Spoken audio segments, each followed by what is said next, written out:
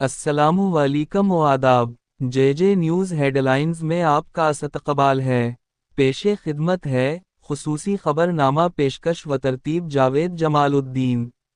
Supreme court نے وقف قانون پر دائر عرضیوں پر سماعت کی، پیش ہے تفصیل۔ وقف ترمیمی قانون 2025 کے آئینی جواز کو چیلنج پیش کرنے والی عرضیوں پر عدالت عظمی نے مئی 20 کو سماعت کی۔ چیف جسٹس بی آر گوئی کی صدارت والی 2 رکنی بنچ نے دونوں فریقین کی دلیلیں سنیں اور کئی معاملوں میں وضاحت بھی طلب کی۔ اس بنچ میں شامل دوسرے جج جسٹس آگسٹن جارج مسیح ہیں۔ سماعت کے دوران چیف جسٹس نے پارلیمنٹ سے پاس قوانین کے آئینی جواز سے متعلق انتہائی اہم تبصرہ کیا۔ انہوں نے وقف ترمیمی قانون کو چیلنج پیش کرنے والے عرضی دہندگان سے کہا کہ پارلیمنٹ کے ذریعہ پاس قوانین میں آئینی جواز کا عنصر ہوتا ہے اور کوئی قانونی آئینی نہیں ہے، اس کا جب تک کوئی پختہ ثبوت سامنے نہیں آتا، عدالتیں اس میں مداخلت نہیں کر سکتیں۔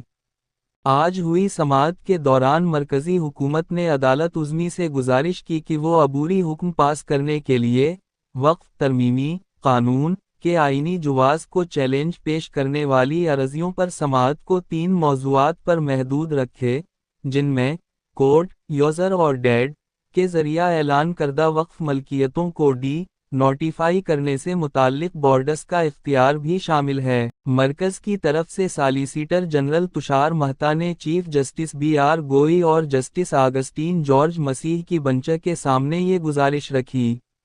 تشار مہتا نے کہا کہ عدالت نے 3 موضوعات نشان زد کیے تھے۔ حالانکہ عرضی دہندہ چاہتے ہیں کہ ان 3 موضوعات سے الگ بھی کئی دیگر ایشوز پر سماعت ہو۔ میں نے ان 3 موضوعات کے جواب میں اپنا حلف نامہ داخل کیا ہے۔ میری گزارش ہے کہ اسے صرف 3 موضوعات تک ہی محدود رکھا جائے۔ اس معاملے میں وقف ترمیمی قانون کے آئینی جواز کو چیلنج کرنے والے عرضی دہندگان کی طرف سے پیش سینئر وکیل کپل سبل اور ابھیشیک منو سنگھوئے نے مرکز کی دلیل کی مخالفت کرتے ہوئے کہا کہ اہم قوانین پر ٹکڑوں میں سماعت نہیں ہو سکتی۔ کپل سبل نے دلیل پیش کی کہ ترمیم شدہ قانون آئین کے آرٹیکل 25 کی خلاف ورزی ہے۔ انہوں نے مزید کہا کہ ہم تو سبھی موضوعات پر دلیل رکھیں گے۔ یہ مکمل وقف جائیداد پر قبضہ کرنے کا معاملہ ہے۔ کپل سبل